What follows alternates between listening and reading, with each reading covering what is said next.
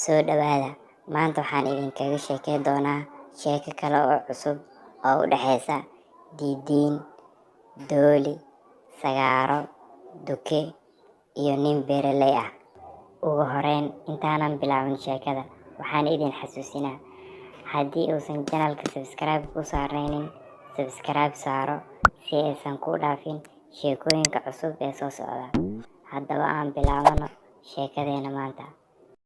Waqtiyada ka mid ah waxaa jiray 3 saaxiibo oo aad isu jecel oo ku wada nool hal meel. 3 saaxiibo waxay kala ahaayeen dooli, diidiin iyo duke. Saddexdooda waxay ahaayeen 3 aad isu jecel oo ku wada nool hal xaafad, waxayna ahaayeen kuwo is caawiya oo midba midka kale caawiya markuu dhibaataysan yahay. Maalintii dambe waxaa dhacday 3 saaxiibo oo meel wada fadhiya ayaa waxaa u timid sagaaro. Markaasuu diidiin hadalkii bilaabay oo wuxuu dhahay, adiga xaafadan waa ku cusubtaa u malena weligay maanta kahor xaafadan ku arkin intay naga soo salaantaadeen. sagaaradii iyadana waxay ugu jawaabtay, haa waa runtaa, weligay xaafada maanan imaanin maanta ka hor. diidiinka isna muxuu dhahay markaas, waayahey maxaa naga soo doontay? sagaaradii iyadana waxay ugu jawaabtay, Intaanan idiin imaanin adinka ka hor, meelo badan ayaa soo maray oo waxaa isku dayay saaxiib walba oo meel joogaan inaan ku biiro saaxiibtinimadooda. Meel walba aan tahay waxaan dhahay aan idinku soo biiro saaxiib nila noqdo. Meel walba aan tahayna waa liiga soo burinayay oo way ii diidayeen saaxiibtinimadooda inaan ku biiro. Adinka ma isoo dhaweynaysiin, waxaan rabaa inaan kusoo biiro saaxiibtinimadiina. diidiinkii markaas wuxuu Soo dhawow kusoo biiri saaxiibtinimadeena oo kusoo dhaweynayna. Aniga waxaan nahay 3 saaxiibo oo aad isu jecel oo is caawiya, laakiin maanta kadib waxaan noqonaynaa 4 saaxiibadood oo aad isu jecel oo mar walba is caawiya. sidii ayay saaxiib ku noqdeen. Maalintaas wixii ka dambeeyey jawigoodii wuu iska fiicnaay. Maalin walba way isku imaan jireen subaxii, way wada sheekeysan jireen, way kala tagi jireen, raashinkoodii cuntadooda ay kala raadsan jireen, way soo wareegi jireen, way isu imaan jireen, way isla baashaali jireen. Siday saas ahaataba xaalka oo saas u ahaado, maalintii dambe waxaa dhacday sagaaradii gadaal kaga soo biirtay saaxiibtinimadoodii ayaa la waayay. Meel ay ka baxday waa la waayay, miriq ay iska dhacday. sagaaradii sidii markii waayeen ay arkeen ay is wareyseen, waxay dhaheen, haye sagaaradii daraad dhaweyd saaxiibtinimadeena kusoo biiraysay aaway. Markaas xoogaa kadib waa tashteen, waxay dhaheen markaas waa inaan raadinaa, maadaama aniga aan ahana dad saaxiiba ah is caawino, waa inaan caawinaa oo raadinaa sagaarada.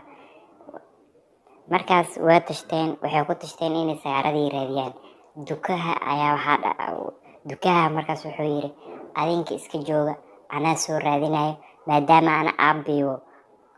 adinka intaa dhulka ka raadi leedeen, ana waa biibaa, ka hor dheeraa kasoo arkaa wixii oo dhulka jooga dhan. Marka maadaama ana aabiibo, adinka iska jooga, anaa soo meelahan dhan kasoo baadi goobaya soo fiirinayo. Marka dukihii waxay dhaheen, waayahay soo raadi, intaa kugu sugeynaa. diidiinkii iyo dooligii meeshii iska joogeen, dukihii oo soo baxay wuxuu soo raadiyey sagaaradii la laasanayo. dukihii wuxuu wareego sagaaradii oo wuxuu arkay shabaq ku jirto.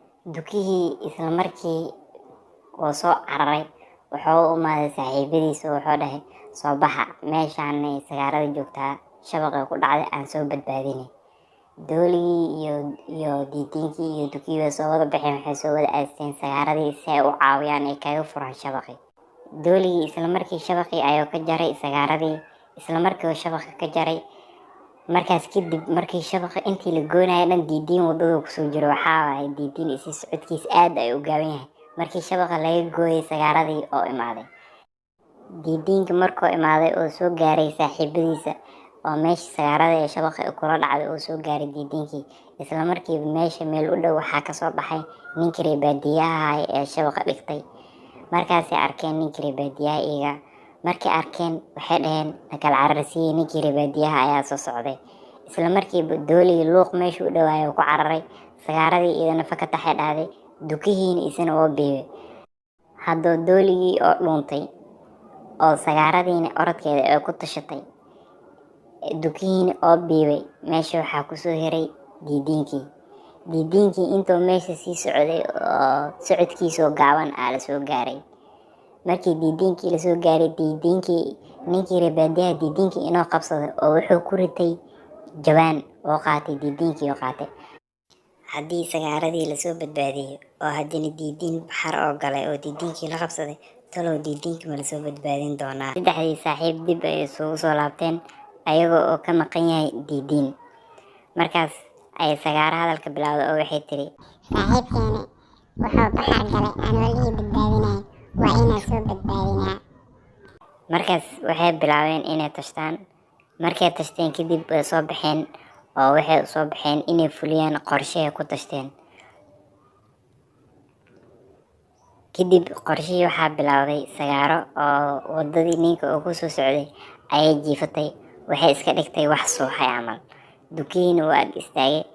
Dooligiina wuxuu ku dhuuntay luuq oo dooligiina wadada geeskeeda meel luuq ah ayuu ku dhuuntay oo jaanis ayuu sugayay. Markii ninkii oo arkay sagaaradii oo wadada dhex jiifto, wuxuu sameeyey diidiinkii oo jawaanka uu ku watay ayuu meel iska dhigay. Wuxuu soo aasay dhanka iyo sagaarada markuu kusoo dhawaayay, sagaaradii iyadana way ka carartay. Dukiina wuu biibay. Dooligii asana wuxuu ka faa'iidaystay jaaniskiisa. Intuu ninka ku boojeysnaayay dhanka iyo sagaarada ayuu wuxuu yeelay jawaankii ayuu dabada ka bajiyey. Diidiinkiina meesha ayuu kasoo baxay. Dooligii iyo diidiinka intoona ninka soo gaarin meesha ayay ka dhuunteen. Afartii saaxiiba ayagoo faraxsan ayay dib isugu soo laabteen oo diidiinkiina lasoo badbaadiyey. Sheekadana meesha ayaa noogu dhammaatay. Waxaanu ka faa'iidnay sheekadan. Faa'iidada ay xambaarsan tahay sheekadan waxaa waaye in isku duubnida ay leedahay faa'iido aad u weyn. Maamaha Soomaaliyeed dheesaa jirto, gacmo wadajir bay wax ku gooyaan. Far kaligeedna fool ma dhaqdo. Hadda sagaarada kaligeed hadday ahaa lahayd, shabaqi cid ka badbaadis ma heli lahayn. Diidiinkani haddii oo kaligiis ahaa lahay, cid soo badbaadiso ma heli lahaynin. Marka faa'iidada sheekada ay xambaarsan tahay waxaa waaye in walaaltinimada iyo saaxiibtinimada iyo wanaagga iyo wadajirka wax ka fiican inaysan jirin. Intaan ku kulmi doono sheekada xigto, waxaan idin rajeynayaa guul iyo gobonnimo.